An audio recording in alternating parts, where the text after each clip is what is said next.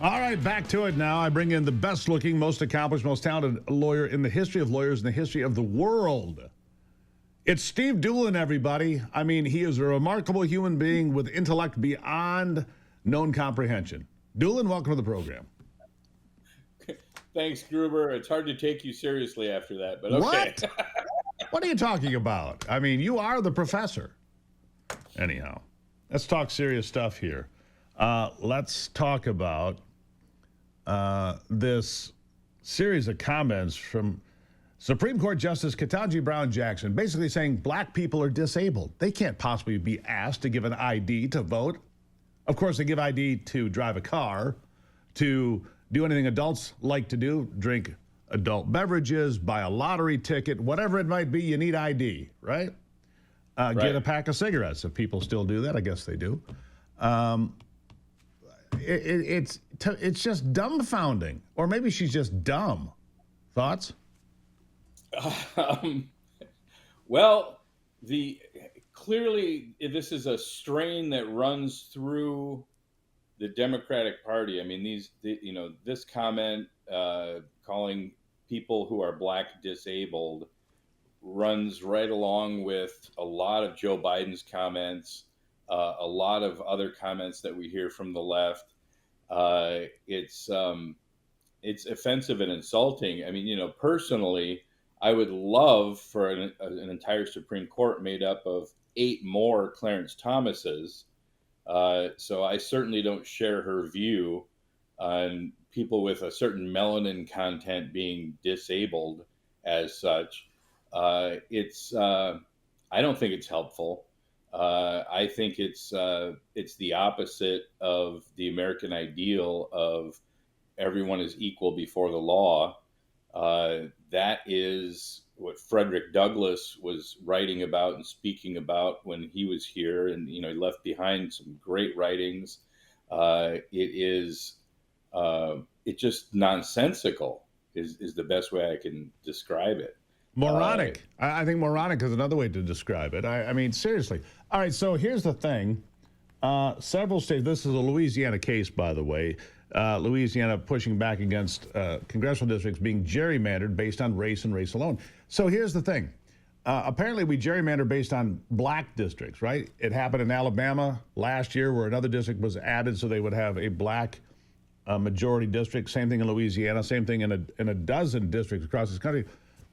But black voters are the second largest minority.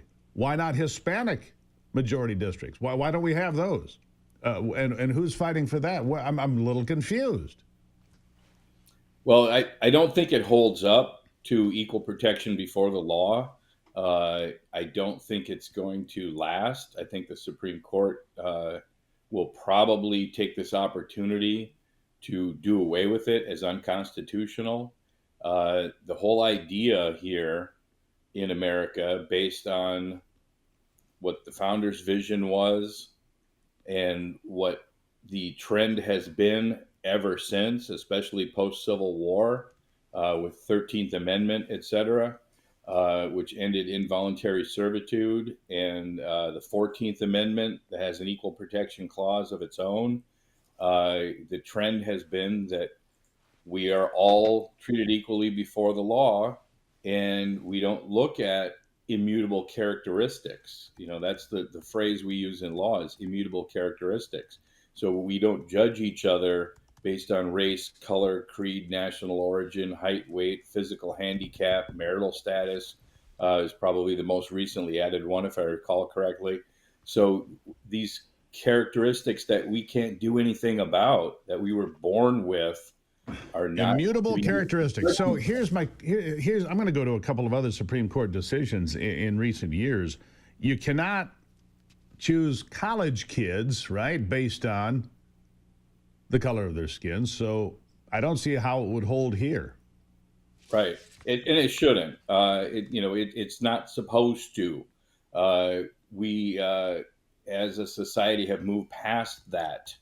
Hopefully, at some point we have to, and the folks who are clinging to this are perpetuating it and judging one another based on our skin color, our other immutable characteristics, things that we can't change about ourselves, uh, are clinging to the past and maybe trying to push us backwards in terms of the evolution of our understanding of how a society is supposed to be. Yeah. Look, I'm tired of all of this. Um, the Civil Rights Act of 1965 was clear. You can't use race. You can't. You can't use it one way. You can't use it the other way. I mean, so, Katanji, I feel, but this is the second hearing of this case. That's the thing that confuses me, right? They heard it in March, and now they had a re-argument now. So, does that give you any tea leaves to follow? Well, I got to be honest, I haven't read anything about the specifics of this case. And so I don't know how we ended up back here. It would take a minute to see what happened previously in terms of the procedural aspect of the case.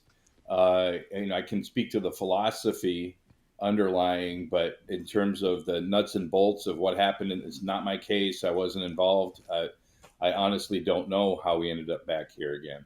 Yeah, it's not normal, but we'll see. I think I have faith in this Supreme Court to do what is constitutional, is what I feel. We can do what's constitutional. Anyhow, Dulan, I have to run. There he is, everybody, the greatest lawyer in the history of lawyers, Steve Dulan, the professor.